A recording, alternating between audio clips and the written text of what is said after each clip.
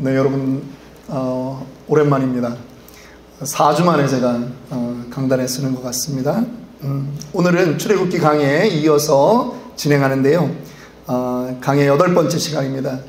제목을 좀 요즘 유행하는 가요의 제목을 가지고 한번 좀 써봤습니다. 경상도 사투리입니다. 뭐선 일이고, 따라합니다. 뭐선 일이고. 예. 재앙인가 은혜인가 라고 하는 제목으로 여러분들과 함께 말씀 나누려고 합니다.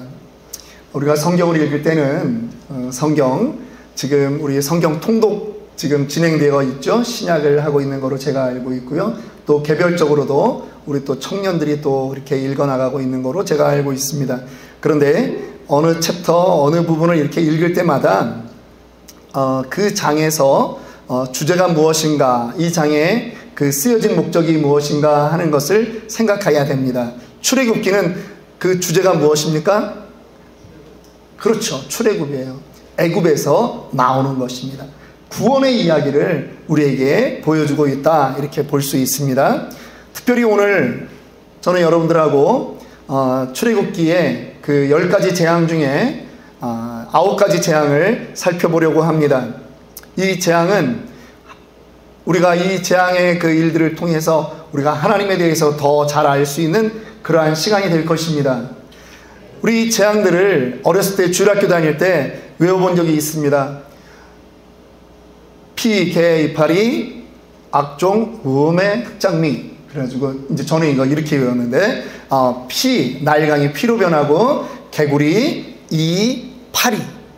예. 그 다음에 악종, 악질이죠. 그 다음에 악종, 그리고 웜에, 우매, 우박, 메뚜기, 흑장미는 흑암, 장자의 죽음. 미는 그냥 끝에다 집어넣은 거예요. 생각 잘 되게 하려고.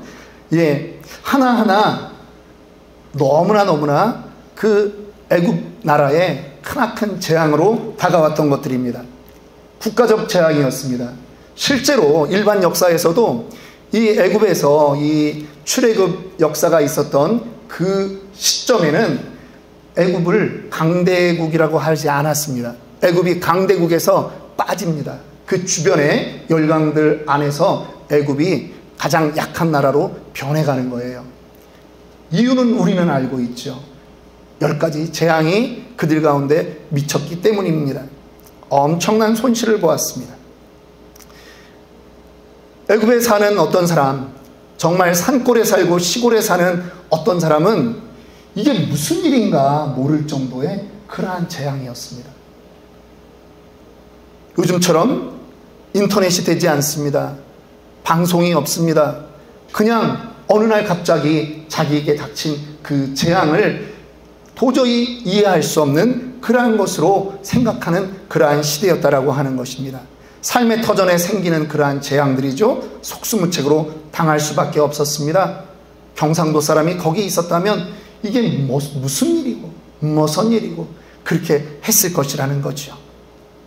여러분, 오늘을 살아가는 우리에게도 그러한 일들이 가끔 있습니다. 우리는 아직도 유행이 이 코로나 팬데믹 해제하지 않았지 않습니까? 단 한 번도 온 세계 인구가 마스크를 써야 된다라고 하는 것을 우리 삶에서는 생각해 본 적이 없다라고 하는 것이죠. 그런데 3년 전에 갑자기 팬데믹이 선언되었습니다. 사람들이 모이면 안 된다고 그렇게 나라가 통제하는 그러한 위기를 우리가 겪고 있고, 지금 우리는 그거에 3년째 살아가고 있는 사람들 아닙니까? 이러한 질병이 도대체 무엇을 의미할까? 여러분들 생각해 보셨습니까? 이 질병이 그냥 사람끼리 전파되는 전염병이구나, 그 정도로 생각하고 말았다면 우리는 4,000년 전에 애굽 땅을 살아가는 그저 무슨 일인가 그렇게 생각하는 그 백성밖에 되지 않는다라고 하는 것입니다.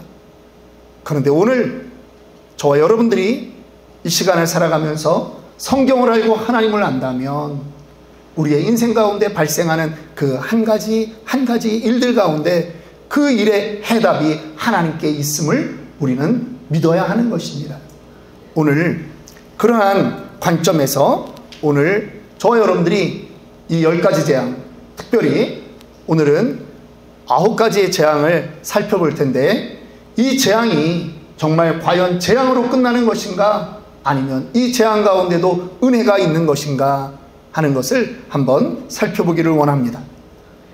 여러분들 매일 화요일부터 토요일까지 아침마다 제가 새벽 예배에 그 설교했던 내용들을 가지고 유튜브를 만들어서 여러분들에게 보내드립니다. 왜 보내드리는지 아세요? 여러분들의 신앙생활이 매일매일 반복되기를 원하기 때문입니다. 그날 주는 그 잠깐의 메시지지만 들으시고 거기서 하나님이 하시는, 나에게 하는 메시지는 어떤 것인가, 그걸 찾으라고 하는 것입니다. 그런데 우리가 혼자 성경을 읽다 보면 여러분 그냥 눈으로 쭉 보고 끝내지 마세요. 성경을 관찰하셔야 돼요. 관찰하실 때 특별히 유의해야 되는 것이 있습니다. 무엇이냐 하면 반복되는 단어를, 반복되는 구절을 유의해서 살펴보십시오. 거기에 하나님이 말씀하는 의미가 있다라고 하는 것입니다. 저는 오늘 8번째 우리 출애굽기 강의 3가지를, 성경에 이 10가지 재앙 가운데 가장 많이 반복되는 말을 3가지를 가지고 오늘 여러분들에게 말씀 전하려고 합니다. 첫 번째입니다. 나를 여호와인 줄 알리라 라고 하는 말씀입니다. 출애굽기는 좀 전에 제가 이거는 구원의 이야기다 라고 분명히 말씀드렸습니다. 그런데 그 구원을 누가 행하는가 라고 하는 것을 출애굽기는 우리에게 잘 말씀해 주고 있습니다. 7장 5절을 보면 애굽 사람이 나를 여호와인 줄 알리라. 7장 17절 내가 이로 말미암아 나를 여호와인 줄 알리라. 8장 22절 이로 말미암아 이 땅에 내가 여호와인 줄을 네게 알게 될 것이다.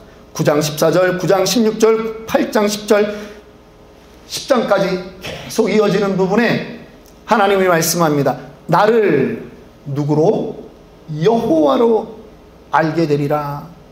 하나님이 지금 이 구원의 역사를 이끌어갈 때 하나님이 하시는 그 부분이 있다는 거예요. 그냥 단지 이스라엘 백성들을 애굽 땅에서 가나안으로 옮기는 것이 목적이 아니라 이 일을 지금 여호와가 구원의 주체가 되고 있다라고 하는 것을 알게 한다라고 하는 것입니다. 누구에게 알게 할까요? 첫째는 바로에게 알아야 되죠. 그래야지 바로가 풀어줍니다. 애굽 백성들이 알아야 됩니다. 그런데 또 알아야 되는 사람들이 있습니다. 이스라엘 백성들입니다. 이스라엘 백성들도 430년을 종으로 살았습니다. 처음에는 요셉과 함께 하신 하나님을 기억했을 것입니다. 야곱과 함께 하신 하나님을, 아브라함과 함께 하신 하나님을 그들이 처음에는 기억했을 것입니다. 그런데 노예 생활 400년을 지나가니까 그들이 그것을 모른다라고 하는 것입니다. 나를 여호와인 줄 알리라. 이것은 단지 바로나 애굽 백성이 아니라 이스라엘 백성, 그들에게도 동일하게 하나님이 어떤 분인지, 여호와가 어떤 분인지 알아야 된다라고 하는 것을 오늘 우리에게 보여주고 있는 것입니다. 하나님이 어떻게 일하셨습니까? 재앙으로도 일하셨지만 홍해를 가르는 일을 하셨습니다. 광야에서 40년 동안 구름 기둥과 불 기둥으로 하나님이 인도하셨습니다. 만나를 내려서 그들의 굶주림을 해결하셨습니다. 메추라기를 보내서 그들에게 공급하셨습니다. 하나님이 어떤 분이신지 그들의 삶에서 그들로 하여금 알게 된다라고 하는 것입니다. 그런데 특별히 하나님이 지금 이 애굽 백성과 바로에게는 재앙으로 임하고 있는 것입니다. 여러분, 한번 제가 질문하겠습니다. 여러분의 기도 소리가 가장 간절하고 크고 오래 기도할 때는 좋은 일이 있을 때일까요? 아니면 안 좋은 일이 있을 때일까요? 대답을 해주세요. 예, 좋은 일보다는 안 좋은 일이 있을 때 사람은 하나님을 찾게 되어 있어요. 더 매달리게 되죠. 간절해집니다. 우리 교회요, 여기에 주여 칠창하자 그러죠. 새벽마다 이곳에서 주여 칠창하고 기도합니다. 그런데 왜 주여 칠창하느냐? 이거는 그냥 저의 결정이었어요. 담임 목사의 결정이에요. 2년 전에 7월 6일 새롭게 우리가 새벽 기도회를 2021년 7월 6일부터 새롭게 새벽 기도회를 평일에 다시 재개하게 되었습니다. 그래서 와서 제자리에서 앉아 기도하는데요, 맨날 어떻게 기도했어요? 주여 삼창하고 기도했어요. 근데 주여 삼창이 그날따라 나에게 간절함이 안 되더라고요. 습관처럼 되어버리더라고요. 그러면서 정말 하나님이 주신 메시지처럼 좀 더 간절할 수 없겠니? 하는 그런 음성이 들리는 것 같더라고요. 그러면 제가 10번을 부르면 간절할까요? 20번을 부르면 간절할까요? 그래서 제가 성경에 숫자와 연결된 정말 간절한 기도가 무엇일까 보면서 열왕기상 19장 엘리야가 3년 반 가뭄 가운데 하나님께 간절히 기도합니다. 7번 기도했습니다. 그랬더니 하나님께서 비를 주셨어요. 열왕기하 5장에 엘리사에게 나아만 장군이 왔습니다. 문둥병이 있었습니다. 나를 낫게 해달라고. 그랬더니 엘리사 선지자가 요단강에 가서 7번 몸 담그라고 하는 것입니다. 여러분, 성경의 7번은요 완전수예요. 응답받지 못하면 내가 죽겠다는 그러한 각오의 숫자이기도 합니다. 끝까지 내가 부르짖겠습니다 라고 하는 의미이기도 합니다. 그래서 그때부터 주여 칠창을 하는 겁니다. 왜 주여 칠창이라고 쓰여져 있는지 이제 좀 아셨으면 여러분, 새벽 기도에도 다른 날은 몰라도 토요일은 좀 나오시고, 또 기도할 때, 집에서 기도할 때도 우리 성도들은, 우리 친호 가족들은 주여 몇 번? 담임 목사와 함께 주여 칠창 간절히 기도하기를 원합니다. 여러분, 4,000년 전에 모세나 그 시대 사람들이나 오늘날 시대의 사람들도 다 마찬가지로 좋은 일일 때는 먼저 웃음이 먼저 나와요. 웃고 잔치하는 게 먼저예요. 그런데 성경은 말합니다. 잔치집보다는 어디를 먼저 가라고요? 슬픔이 있는 초상집에 먼저 가라고요. 이것이 인생의 교훈이라고 하는 것입니다. 재앙 가운데 하나님을 만날 수 있는 은혜가 있다라고 하는 것입니다. 믿으십니까? 저는 여러분들이 이 10가지 재앙이 때로는 여러분들의 인생 가운데 나는 왜 안 풀리지? 나는 왜 안 되지? 나는 왜 실패하지? 그러한 실패의 연속에 있다면 여러분, 그때 바로 하나님이 여러분들을 부르고 있는 시간이라고 하는 것을 기억하시기를 원합니다. 은혜의 시간일 수 있습니다. 저는 은혜의 시간이라고 믿습니다. 두 번째, 이 7장부터 10장까지 가장 많이 반복되는 것은 역시 10가지 재앙입니다. 우리 재앙에 대해서 잠깐 살펴봅니다. 첫 번째, 우리는 이미 나일강의 재앙에 대해서 살펴보았습니다. 나일강, 애굽의 젖줄입니다. 사막을 흘러나오는 그 강물인데요, 6,000km를 흘러나오면서 그 주변에 풍요를 선물해 주었던 강입니다. 그런데 그 강에 사람들이 절하기 시작하는 것입니다. 강의 신의 이름을 정했습니다. 닐루스라고 합니다. 그리고 거기에 나와서 절합니다. 여러분, 사람이 이렇게 어리석은 존재예요. 하나님의 창조물이 그 강인데 하나님을 경배하는 것이 아니라 그 강에다가 절을 하고 있는 거예요. 로마서 1장 23절 여러분 생각나지 않습니까? 썩어지지 아니하는 하나님의 영광을 썩어질 사람과 새와 짐승과 기어다니는 동물 모양의 우상으로 바꾸었느니라. 이것이 그 당시 사람들의 모습이었다라고 하는 것입니다. 여러분, 어린아이가 아버지에게 용돈 좀 달라고 합니다. 그랬더니 아버지가 지갑을 양복 호주머니에서 꺼내가지고 지갑에서 돈을 꺼내가지고 이렇게 주는 겁니다. 돈이 안 나오고 영수증이 나오네. 예. 그랬더니 이 아이가 그 눈이 어디에만 꽂힙니까? 수고하고 애쓰고 돈 벌어오고 사랑하는 자녀를 위해서 그렇게 애쓴 아버지의 수고에는 눈이 가지 않고 아버지의 지갑이 고마운 거예요. 혹시 우리 청년들, 저도 자식을 유학을 시켜봤는데 유학 간 자식이 전화가 오면 애드립이 별로 없고, 아빠 돈 좀 보내줘, 이 말이 나오더라고요. 근데 제가 그래도 깨달은 게 있어요.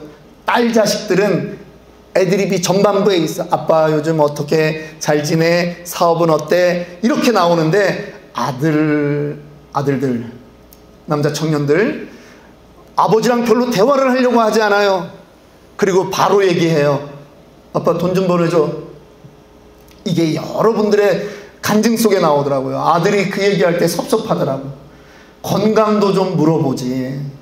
얘들아, 돈이 필요할 때는 아버지에게 전화하고, 요즘 애들은 또 아버지한테 전화를 안 해요. 그냥 엄마한테, 엄마 돈 보내줄 때 되지 않았어? 막 바로 이렇게 하던데, 그러면 안 된다는 얘기예요. 그러면 지갑에만 눈이 어두워진 그 아이랑 똑같다는 것입니다. 하나님에게 감사해야 되는데 나일강에게 감사하는 거예요. 그래서 하나님이 거기에 나일강을 피로 변하게 하는 것 아니겠습니까? 너희가 섬기던 그 나일강, 결국 이런 존재인데 너희 어떻게 그럴 수 있느냐라고 하는 겁니다. 두 번째 재앙은 무엇입니까? 개구리 재앙입니다. 개구리는 어디에 살아요? 물가에 삽니다. 습지에 살아요. 오늘 설교 제목이 머선일이구 그래가지고 제가 첫 번째, 두 번째, 아홉 번째 그것만 얘기하니까 우리 목사님 오늘 9가지 다 얘기하려면 얼마나 갈까, 그렇게 벌써 자포자기하는 눈들이 있는데 그러지 않아도 돼요. 개구리는요, 여러분, 습지를 떠나면 죽습니다. 그런데 이것이 하나님 창조의 질서인데 그들이 개구리를 신으로 섬기는 거예요. 그러니까 하나님이 그 질서를 하나님의 손에서 놓아버리는 거지요. 그랬더니 개구리들이 어디로 올라옵니까? 집 있는 대로 돌아다니는 거예요. 침실에도 올라와요. 주방에도 들어가요. 깜짝깜짝 놀랍니다. 그런데 도대체 개구리는 무슨 죄가 있어서 이 징벌을 받게 될까요? 여러분, 이 민속학적으로 그 많은 나라의 신화를 살펴보면 개구리가 꼭 나와요. 왜 그러냐면 개구리는 풍요의 상징입니다. 개구리는요, 올챙이를 낳죠. 여기서 아멘 나오면 큰일 나요. 올챙이를 낳는 게 아니에요. 개구리는 알을 낳아요. 논가에 옛날에 가면 그냥 막 논가에 개구리 알들이 많았습니다. 그런데 이것이 올챙이로 변하는 거예요. 그렇게 풍요의 상징이 개구리였다라고 하는 것입니다. 우리 한국 사람들은요, 이 개구리랑 두꺼비를 또 같은 계열로 보기 때문에 두꺼비도 그렇게 섬겨요. 여러분, 혹시 서울에 빌딩들을 돌아다닐 때 이렇게 빌딩 정문에 이 개구리 모양 혹은 두꺼비 모양 이런 것이 있는 거 본 적 있으십니까? 많이 그렇게 되어 있어요. 제가 그 고등학교 다닐 때 제가 다녔던 학교는 개구리를 이렇게 되게 이사장님이 좋아했습니다. 혹시 여러분들 그 지금 가천대학이라고 아세요? 옛날에 그 대학이 경원대학이에요. 경원대학교 그 저희 모교에서 그 다 이렇게 우리가 뭐 비하인드 스토리가 있지만 어쨌든 그 학교가 세워질 때 저희 고등학교가 아주 그 토대가 되었던 그런 학교였어요. 중학교들 남자 중학교, 여자 중학교, 여상, 남고, 그 다음에 경원 전문대학교를 만들더니 경원대학교를 만들었어요. 그런데 우리 학교의 상징이 개구리예요. 그래서 교장 선생님 훈화하는 곳에 그 위에다가 그 스피커를 2개를 큰 거를 달아놨어요. 그거를 뭐라고 해요? 개구리 눈, 왕눈이를 그렇게 하고 교장실 들어가는 그 입구에 1층 거기에 개구리 그 대리석으로 만든 2개를 갖다 놨는데 애들이 지나다니면서 한 번씩 이렇게 쓰다듬는 거예요. 나중에 그냥 막 때가 반짝반짝 될 정도로 그렇게 해요. 오늘날도 사람들은 부의 상징으로 개구리나 두꺼비를 좋아한다라는 거예요. 하나님이 그들을 향해서 그래 너희가 그렇게 개구리가 좋아? 그 개구리를 이제 신으로 섬겨? 그래 내가 그 질서를 한번 놓아볼게. 그랬더니 그들이 사람들에게 달려드는 거예요. 여러분, 무엇을 섬겨야 되느냐 하나님이 우리에게 지금 탄식하고 있는 것이죠.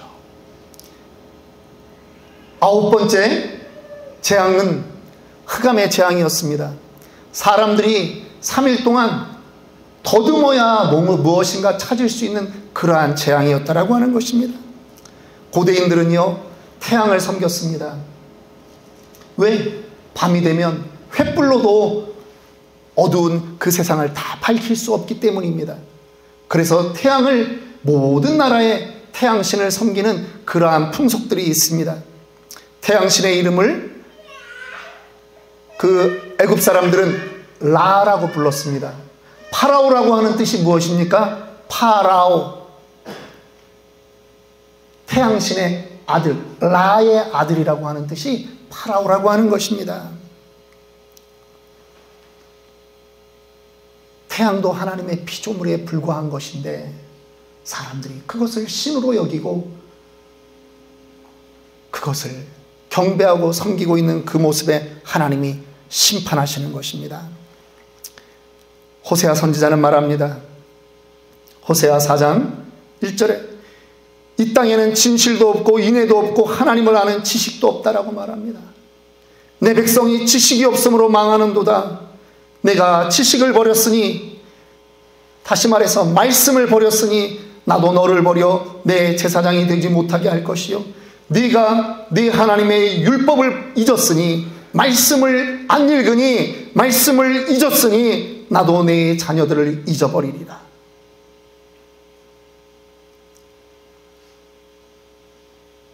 자녀들이 잘 되기를 원하십니까? 하나님을 가까이 하십시오. 말씀을 가까이 하십시오. 여러분 인생의 변화를 원하십니까? 하나님을 가까이 하십시오. 그래서 6장의 6절에는 말합니다. 나는 인애를 원하고 제사를 원하지 아니하며 번제보다 하나님을 아는 것을 원하노라. 이것이 저와 여러분의 고백이 되는 줄 믿습니다. 그들이 말합니다. 여호와를 알자, 힘써 여호와를 알자. 우리 치노밸리 모든 가족들의 고백입니다. 말씀을 가까이 하십시오. 하나님의 탄식이 이렇게 임하지 않도록 말씀을 가까이 하기를 원합니다. 세 번째입니다.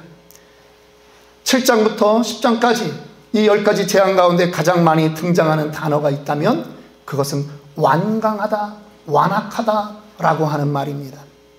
누구의 마음을 표현했습니까? 바로의 마음을 표현한 것입니다. 히브리어로 하작 혹은 카베드라고 하는 단어인데요, 완악하다라고 쓰일 때 15번 나오고 완강하다라고 하는 말이 5번 나와서 이 4장 안에 총 20번 등장하는 그러한 말입니다. 여러분, 질병 중에 간에 오는 아주 무서운 질병이 있습니다. 병명이 뭐죠? 간경화라고 하는 게 있어요. 경, 단단할 경이라고 하는 뜻이에요. 간이 단단해지는 거예요. 여러분, 그럼 죽습니다. 마음이 단단해지면 죽습니다. 전도를 해보면 압니다. 예수 믿으세요 하면 사람들이 예, 지금 바쁩니다. 먹고 살만하면 그때 믿죠. 여러분, 예수 믿지 않으면 큰일 납니다. 하나님의 진노가 임합니다 라고 말해도 사람들은 반응하지 않습니다. 왜 그럴까요? 단단해져서 내가 믿는 것, 내 생각이 전부이기 때문에 그렇다라고 하는 것입니다.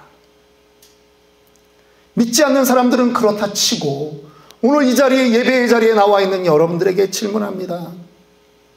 여러분들은 정말 주님을 온전히 섬기고 계십니까? 성경을 이제 묵상을 하는데 사람들이 실수하는 게 있어요. 출애굽기를 묵상할 때 대부분의 사람들은 출애굽기를 어떻게 묵상하냐 하면 나는 모세야. 그런데 저 사람은 바로야. 직장 상사가 있습니까? 그 말씀을 묵상할 때 나는 모세고 직장 상사는 바로인 거로 묵상하면 잘못된 묵상이에요. 내 안에 바로를 찾아서 묵상해야 된다라고 하는 것입니다. 내 안에 딱딱해져서 편하지 않는 그것은 무엇인가? 그것을 찾아서 묵상해야 된다라고 하는 것입니다. 리처드 포스트라고 하는 영성 신학자는 오늘 현대인들에게도 동일한 우상이 있다라고 말합니다. 그의 책 돈, 섹스, 권력이라고 하는 책에서 말하고 있어요. 사람들은 아닌 것 같으면서도 결국은 이 세 가지를 향해서 가고 있다라고 하는 것이죠. 무엇인가 조금 더 많으면 내가 하나님께 받은 축복이다 생각하는데 거기서 나아가서 그것을 갖기 위해 그것이 우상이 되어버렸다라고 하는 것입니다. 성경으로 풀면 무슨 말로 대체할 수 있을까 생각해 보았습니다. 요한일서 2장 16절의 말씀이 우리가 살아가고 있는 이 땅의 우상들을 말하고 있습니다. 함께 읽습니다. 이는 세상에 있는 모든 것이 육신의 정욕과 안목의 정욕과 이생의 자랑이니 다 아버지께로부터 온 것이 아니요 세상으로부터 온 것이라. 여러분, 세상으로부터 온 것은 바로 우상을 말합니다. 본질이 아니라는 거죠. 여러분들은 무엇을 붙들고 살아가십니까? 여러분들의 입에서는 무엇이 나오고 있습니까?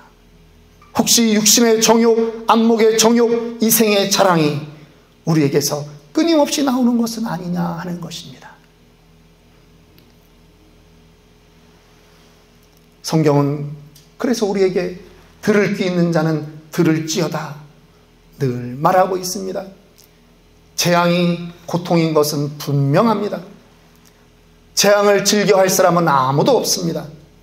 그러나 여러분 한번 바꾸어서 생각해 보시지 않겠습니까? 완악한 나를 하나님이 돌려 세우기 위해서 10가지 재앙을 우리에게 허락한다면 그것은 과연 재앙입니까? 은혜입니까? 재앙을 받을 때, 사인을 받을 때 우리가 돌이켜서 하나님께 나아간다라고 한다면 그것은 은혜인 것입니다. 하나님은 자기 백성을 포기하지 않으십니다. 여러분들을 사랑하셔서 하나님은 여러분들이 다른 길을 갈 때 하나님은 메시지를 주십니다. 사인을 주십니다. 이유는 단 하나, 돌아오라. 돌아오라. 어서 돌아오라. 주님이 여러분에게 사인을 주시는 것입니다. 이 사인은 바로에게도 10번 그대로 임했던 것입니다. 어떤 사람은 왜 고통이어야 되느냐, 왜 재앙이어야 되느냐라고 말할 수 있습니다. 하나님은 그럼 고통만 주시는 분일까요? 아닙니다. 예수님이 이 땅에 오셨습니다. 학자들은 예수님이 이 땅에서 행한 기적이 무려 35번이 넘는다라고 말합니다. 그 기적들은 선한 기적이었습니다. 물을 포도주로 만드셨습니다. 38년 된 병자를 고쳤습니다. 무리를 걸으셨습니다. 오병이어의 기적으로 5,000명을 먹이셨습니다. 안진뱅이를 일으켰고 바디메오의 눈을 떴습니다. 12해 혈루증 앓던 여인, 가산을 탕진했던 그 여인을 하나님은 낫게 하셨습니다. 죽은 나사로를 살리셨습니다. 그러면 사람들이 다 믿었을까요? 그들 안에 여전히 완악함이 있다라고 하는 것입니다. 예수님이 탄식합니다. 마태복음 11장 17절에 우리가 너희를 향하여 피리를 불어도 너희가 춤추지 않고 우리가 슬피 울어도 너희가 가슴을 치지 아니하는도다. 여러분, 하나님께 돌아가기를 원합니다. 어떠한 사인을 발견할 때 가장 먼저 우리 마음에서 일어나야 되는 것은 하나님을 두려워해야 되는 마음이 회복되어야 됩니다. 하나님을 두려워하신다면, 이 일의 주관자가 하나님이라고 하는 걸 믿는다면, 우리는 모든 우리 주변에 발생하는 일들 가운데 하나님의 그 사인으로 받아들이고 우리는 회개할 수밖에 없다라고 하는 것입니다. 왕이 잔치를 베풀고 사람들을 초대했습니다. 하인들을 내보내서 초대합니다. 그런데 그들의 마음이 완악하다라고 하는 거예요. 바로와 같다라고 하는 거예요. 핑계가 너무 많습니다.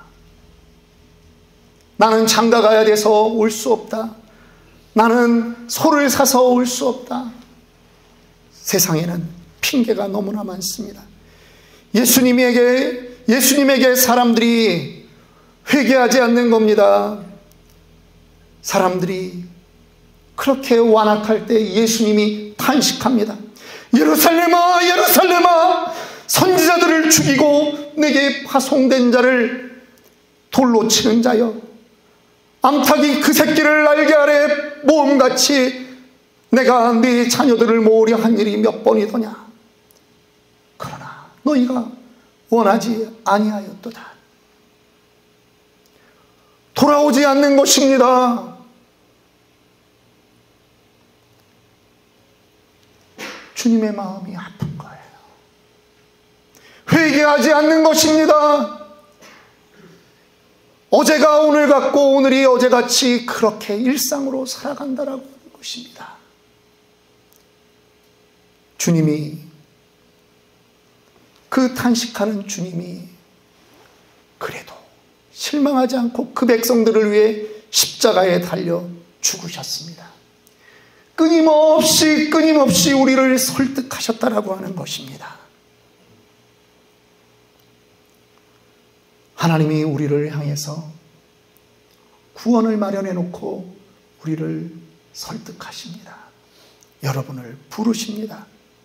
포기하지 않습니다. 주님, 내가 여기 있사오니 나를 받아주소서 하는 여러분들의 그 고백이 나올 때까지 주님이 포기하지 않으십니다. 혹여라도 실망할 일이 있습니까? 실망하지 마십시오. 재앙이 아닙니다.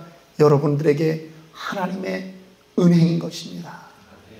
그렇게 하나님의 부름에 응답하는 저와 여러분들이 되기를 주님의 이름으로 축원합니다. 기도하겠습니다.